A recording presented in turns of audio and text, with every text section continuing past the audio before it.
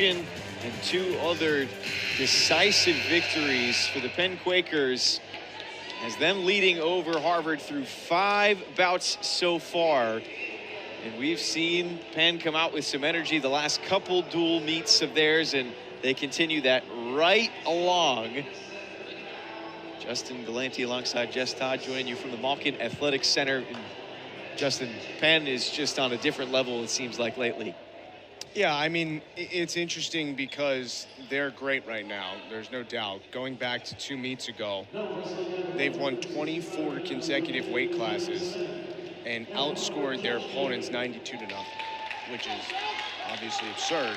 But the good thing about wrestling, if you're a Harvard fan, is that it's a team sport, but it's also an individual sport. And Jay Weiss echoed that to us in our conversation this week, saying even with his guys, right, he doesn't really encourage them to watch the previous matches. He actually encourages them to not do it because you have to go out and focus on yourself. So if you're looking at, Josh Kim right now, Canigliaro next, and the other 3 wrestlers that Harvard's going to send out today, it's about you winning your match. You don't have to worry about, at least individually, the fact that it's 22-0 right now. And as we resume, we're at 165.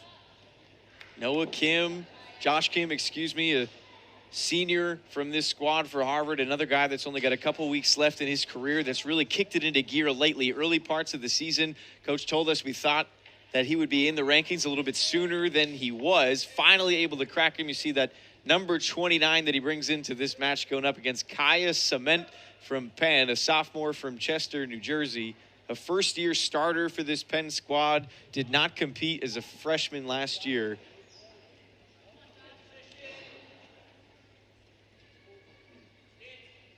.165 for the Quakers squad, something that opened up this season after graduating a number of seniors, and Lucas Ravano actually moving down from 165 to 157. And Sement really rounding into form for them, taking control of this 165 spot in dual meets. Had a shutout win, 5-0 against Brown yesterday. Kim got a big win as well in the duel against Princeton.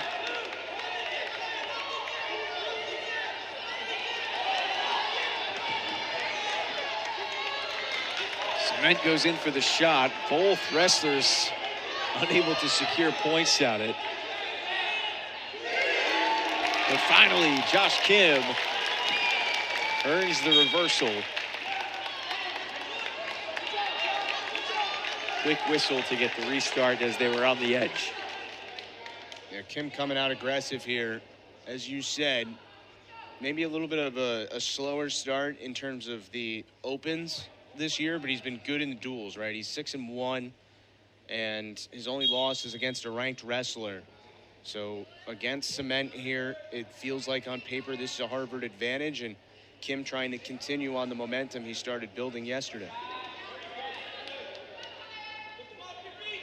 Jay Weiss told us, even with EIWAs coming up, the calendar in February, as everybody knows, becomes a really important time in college wrestling. You can get tensed up a little bit knowing that you only have a certain number of matches guaranteed remaining, and that can lead to some bad decisions. But one of the things he's really been preaching to this kind of senior middleweight section that the Crimson have with Josh Kim and Phil Canigliaro, Leo Tarantino, is basically don't go out there thinking and worrying about the numbers that you only have remaining. Instead, just kind of use it as a moment of gratification, of just really enjoying it, knowing that you left it all out here, and just try to find some free wrestling. And I think Josh Kim especially has led that group like he did yesterday, coming out with a big win to start. Yeah, he also talked about not wanting to have regrets, right? He said, don't think about it like, oh, I only have 3 weeks left in my life to be a college wrestler. Have some privilege and be prideful that you have this opportunity for 3 more weeks, but also, you don't want to look back in 20 years and feel like you left anything on the mat. So just give it all you have. And Kim and Canigliaro, as you said, those guys have been outstanding lately.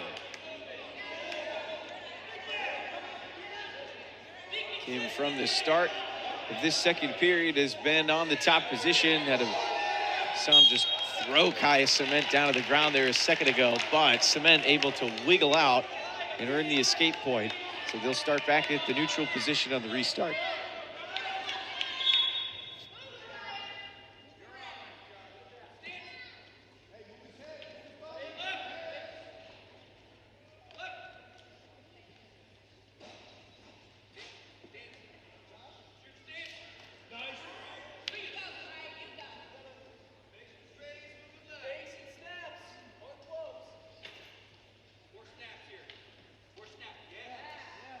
First period, we saw a couple different shots from both wrestlers, but early on to start here through a minute in the second period.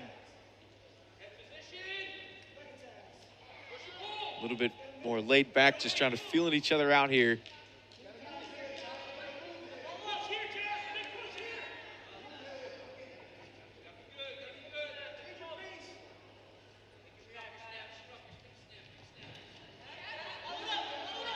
Sement, as we mentioned, did not compete last year for the Quakers, but did in 2021-22 and had a pretty successful campaign in his first as a collegiate wrestler. 19-6 on the year. Only had one dual meet appearance, though. Came on February 13th of 2022 against Drexel.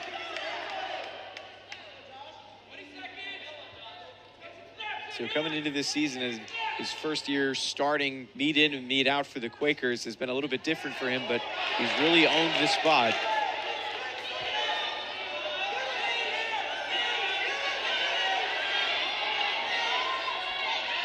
Josh Kim had the leg of Sement on the edge, and it looks like they will award the takedown. You heard the Harvard bench and spectators in the background yelling for it. He earns it as time runs out in period number 2. Yeah, hard to understate how important that was, as Sement was trying to A, run out the time, or B, get off the mat and earn a whistle. And as you might guess, we do see a challenge from the Penn side. But at least the call on the mat was that Kim did score the takedown before the time expired.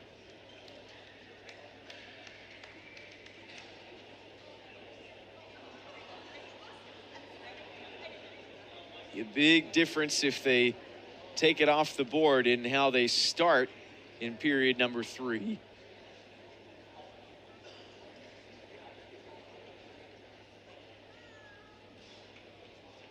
It'll be Kaya Sement getting to decide it.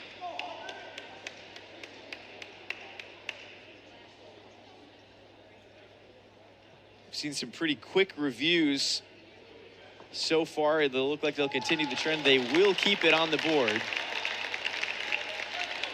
So 6-2 in favor of Josh Kim to start period number 3.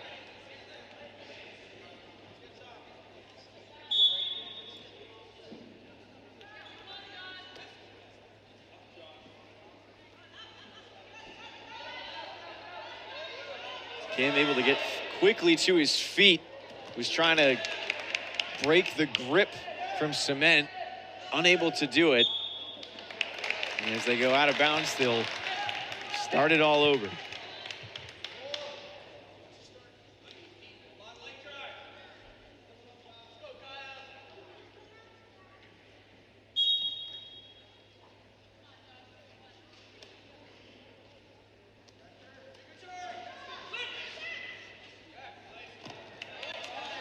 Again, Kim quickly to his feet, but Sement for the second time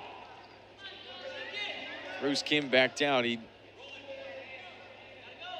It's more just hoping that he can hold on to Kim here. Every time that he's been on top, it seems like Kim has been able to get pretty easily to his feet, just not really able to get out of the grasp completely. Yeah, the interesting thing, though, is that you're in a minute 16 to go, and if you're Sement, you know, just holding on to him for the third period doesn't do anything for you. So at some point, if you don't feel like you can get the reversal while you're on top, which is what he's trying to do, you do have to let him up and go for these takedowns. As Josh Kim, looks like he's able to get out of it, was going for the reversal. They'll discuss if he was able to get the escape point. Does not look like they will award it to him. So once again, back to the start with Josh Kim from the bottom position. If you're Kim, right, you just need to avoid getting reversed or any stall warnings here. But if Sement just stays on top the rest of the match, it's not a big deal. You still win.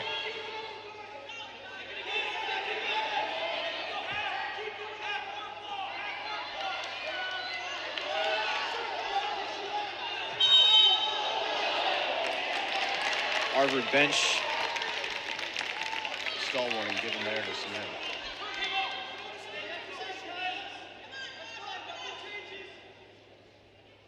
It is an interesting approach, and you saw him like really go for it there at the end as they were approaching the boundary, just trying to hold on to that grasp, but it's not really doing much benefit to him here, and is with only 30 seconds to go.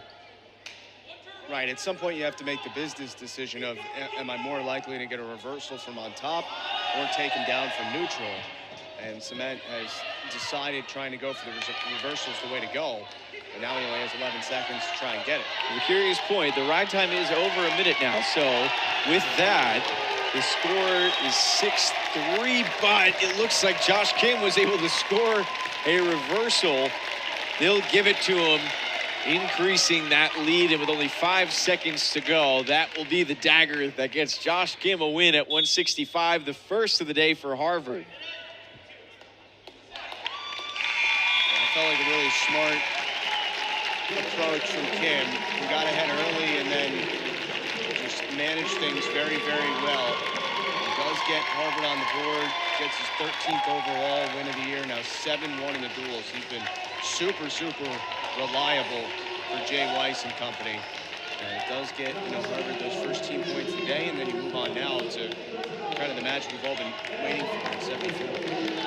That's right, two of the top 10 wrestlers in the country, 6 and 7, right next to each other.